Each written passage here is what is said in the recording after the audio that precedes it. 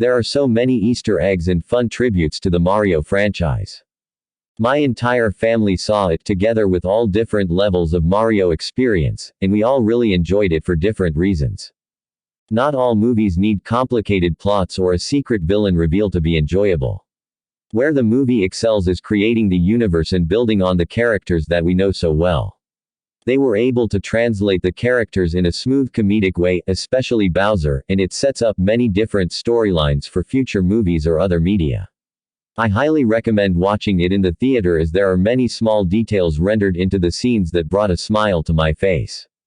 I can't believe it. Nintendo made the same mistake once again. Mario games have always been kinda mediocre in the story department, but there have been a few good ones. One thing that never misses the mark is gameplay. Video games are a very different medium, but Nintendo has been known for being very protective of their IPs. This makes it extremely frustrating to see this movie fail so horribly. I'm not joking when I say it feels like a remake of the old Mario movie. That one movie that made Nintendo abandon the movie industry completely. Sadly, they gave too much freedom to the creators of this film. A company known for pumping out mediocre films and disgusting amounts of sequels and spin-off to their IPs. Even as a kids' movie it fails at delivering, focusing more on pop culture and nostalgia instead of appealing to kids. And being a kids' movie doesn't justify at all how awful this is. Nintendo could have partnered with DreamWorks, Paramount or any other company, but no, they chose Illumination. Probably the cheaper one.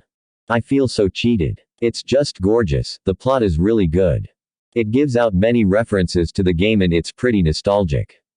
The visual stimuli is pretty good, so watching it in 3D like I did is definitely recommend. I found it hilarious at times and I had such a great time with my friends in the theater. The graphics are perfect and the voice actors did an amazing job. It's also pretty well paced, and the characters are all really funny and interesting. If you are an adult who wants to live some nostalgia or if you got a kid, you definitely have to give it a try, you won't be wasting your time. It's pretty much all you want from a Mario movie.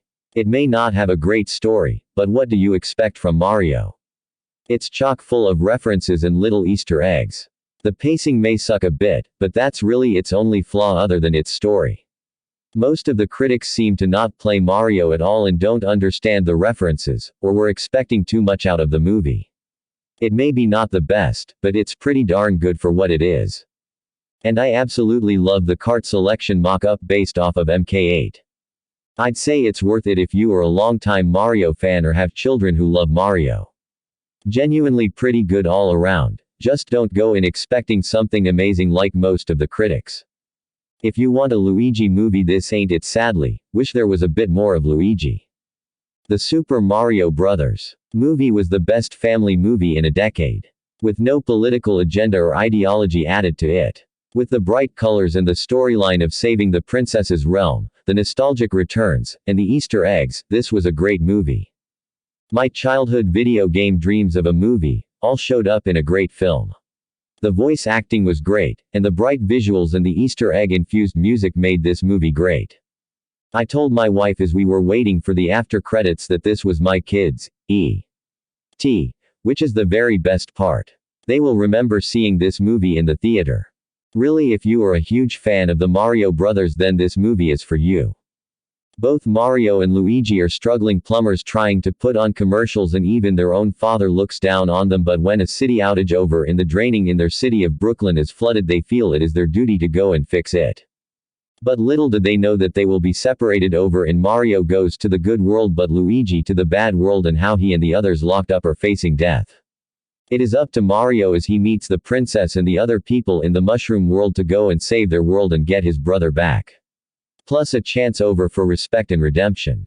When the villain who only shows kindness tries to marry the pretty princess, but other than that, he has no warmth in him. Movie does not take itself too seriously like one reviewer says. But still it is cute. The movies that have been coming out lately have left me a little callous to the film industry. It has felt like lately they have relied heavily on past success to bolster a current movie. So I was very apprehensive about going to this movie. But I am glad I went. It was the perfect blend of nostalgia and newness. The soundtrack had hints of music you find in the games, and even the way Mario moved and fought had nods to the game. But it was done in a nonchalant way that made me smile. It wasn't forced down your throat compared to some other movies that are trying to rely on nostalgia. The storyline was simple and not overtly complex. Some might find that annoying, but I found it perfectly performed. The writing wasn't cringy either. I was also worried about Chris Peart voicing Mario, but I think it turned out well. Jack Black was great as a Bowser. I would recommend this.